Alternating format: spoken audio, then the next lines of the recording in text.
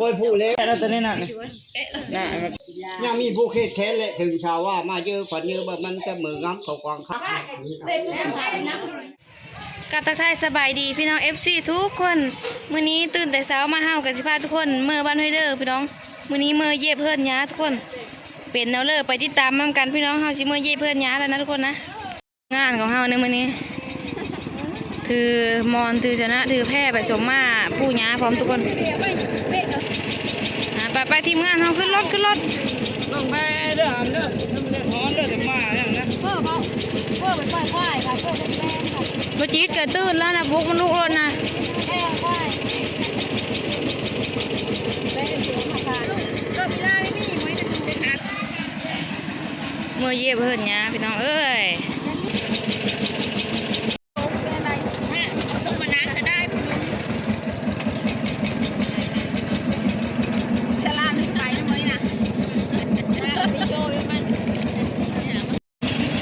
เดินทางด้วยรถไถหน้าเฮาไปอีต๊อกเฮา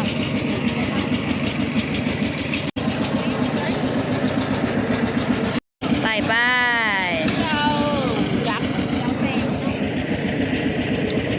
ตะเว้นกำลังขึ้น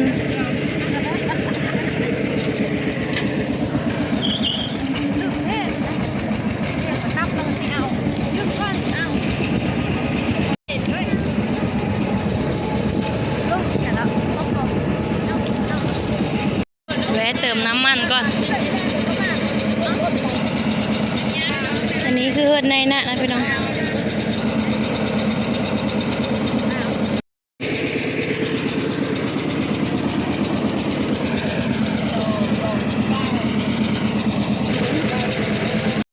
ตอนนี้หากระหอดบ้านหน้าเล่า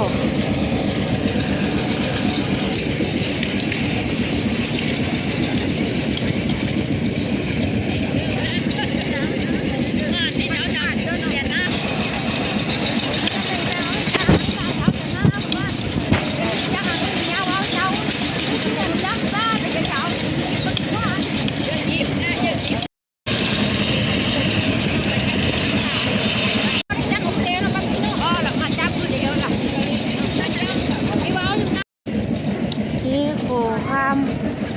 นี่ว่าข้ามโคจำเบ้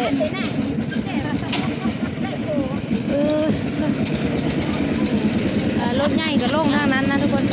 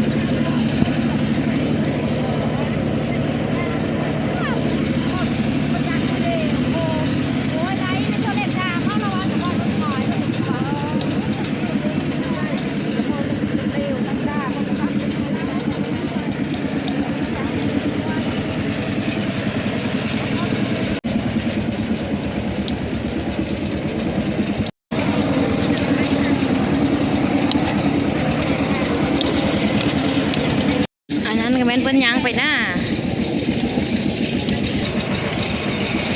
อันนี้เรียกน้อยยางไปโรงเรียนเรียกน้อยทางบ้านห้วยเด้อเพิ่นไปโรงเรียนมัธยมอยู่จุดสูงทุกคนอยู่บนบ้านจะมีอยู่พุ่นละเนาะกันยางไปนะ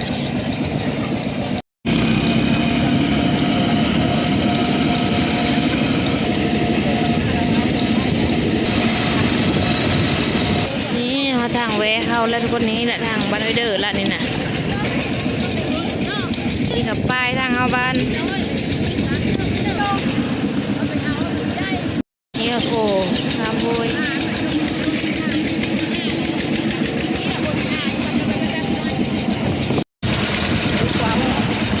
มาฮอดแล้วนะทุกคนบ้านนี้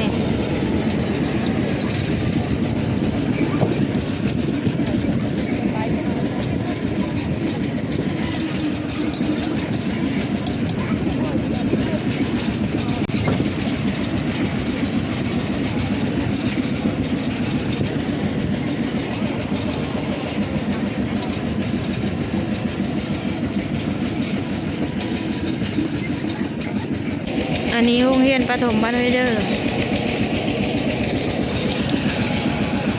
เพิ่นหญ้าเฮากับเฮานี่แหละทุกคนเนาะติดกับโรงเรียนเลยนะ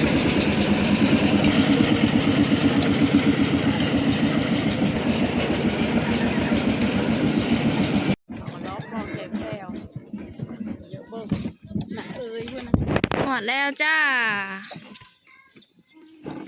โอ้ย งานชอบตี เอาลงแน่อีล่านี่ ไปกันเอ้ย ไม่นี่นะเราเฮ็ดแม่ใช่ปะ เบอร์บอกตั้งกินไฟเบอร์น้ำแน่ไปอุ้ยห้าไม่ได้กินแล้วบ้าน้ำก็ที่ลูกมีน้ำมีเนี่ยน้ำแน่ได้บ้างน้ำมีน้ำไม่ดีไหนไปฮอดจะคนกินโลกยังจะซ่อนกันยันไม่ได้กินจะกินนมกินน้ำนาย มาแล้วก็เอาเครื่องลงเอามาไปขึ้นเถิน ไปแล้วบ่ ขึ้นหญ้าเฮาทุกคนขึ้น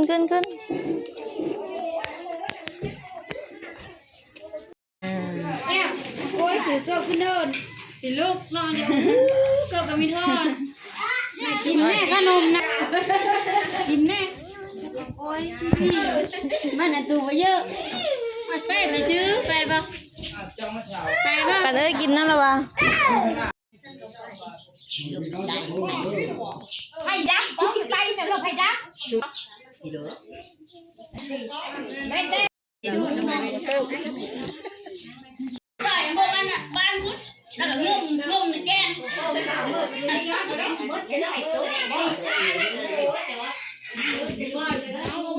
มันถึงพวกได้ไหน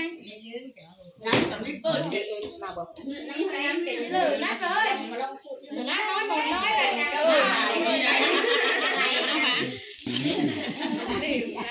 คนดูแบบน้อยแบบละนะป้าเอ้ยป้าเนี่ยใครได้โอ้ยยังมันวิคือใช่ไหม วิทย์แล้วเหรอ นั่นแหละมาแล้วคนที่นั่นแล้วละมาพี่เลยมาเปิดกระทงนี่เลยมา วิทย์แล้วว่าตะกระแดงก็ขึ้นนะวิทย์แล้วว่า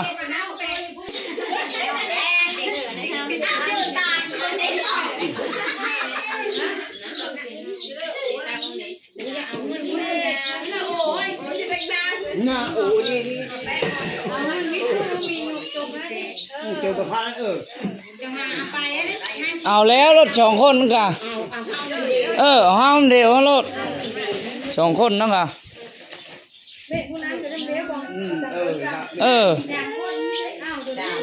ถามได้เบะดันดิเวทนั่นนั่นกะ วัดเมฆมด แปะทางนั้นรถเวทนั่นก็แปะหัน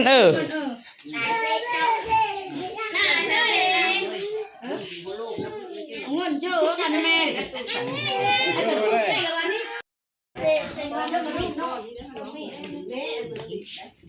น่ะในห้องยันแต่งอะไรพี่นี่น่ะฮะ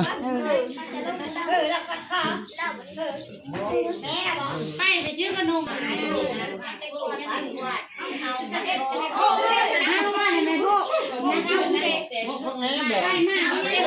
มาแม่เต้หมอกแม่เต้มาถึงมาแล้วแม่งงอ่ะ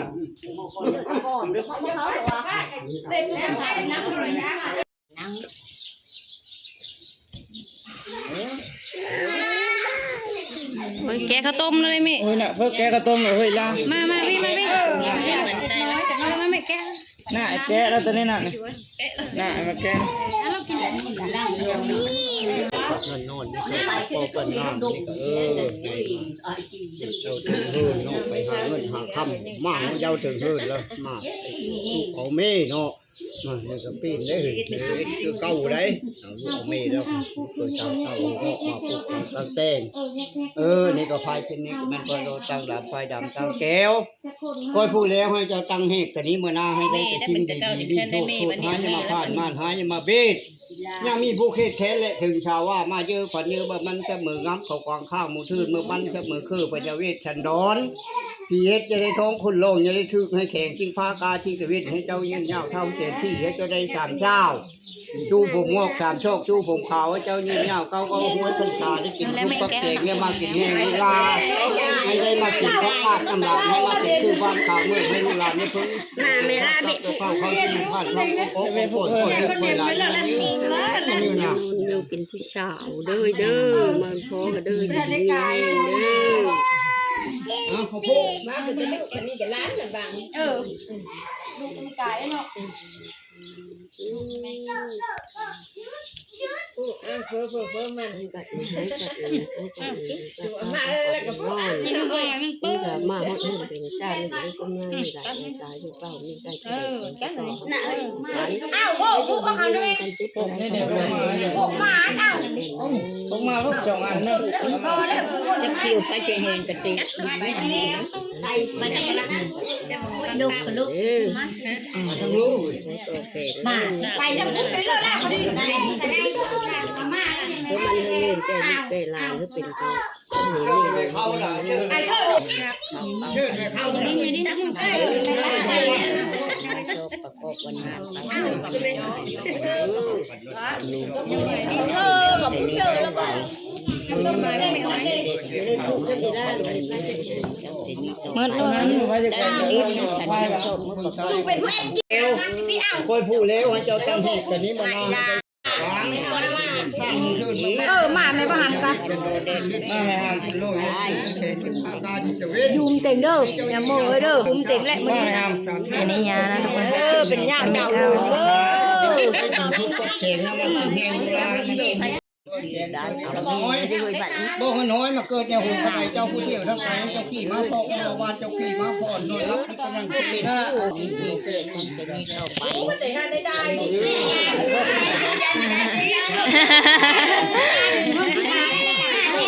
ดึง นี่แน่ครับที่จะได้กับใครทำนี่นะมึงไม่ใช่ไม่มาดิลาน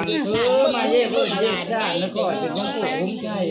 เอวใครแล้วรับได้ยินแง่แกเลยก็มันดีเลยจะมีเยอะเป็นนะเป็นผู้นี่มันนี่ลูกลานนะมาเย่มือจะเป็นผู้คุ้มใจอยู่ในชาติอย่ามี เห็นแล้วก็กินข้าวไปน้องมากินข้าวโอเป็ด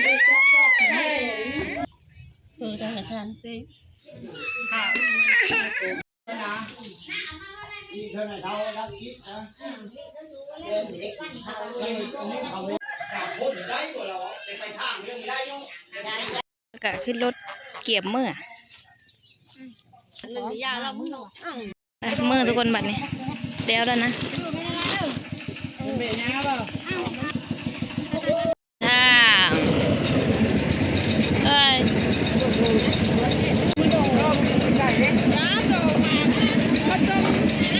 นั่งเฮียนโรงเรียนเขากับบ้านเขาแล้วทุกคนเนาะ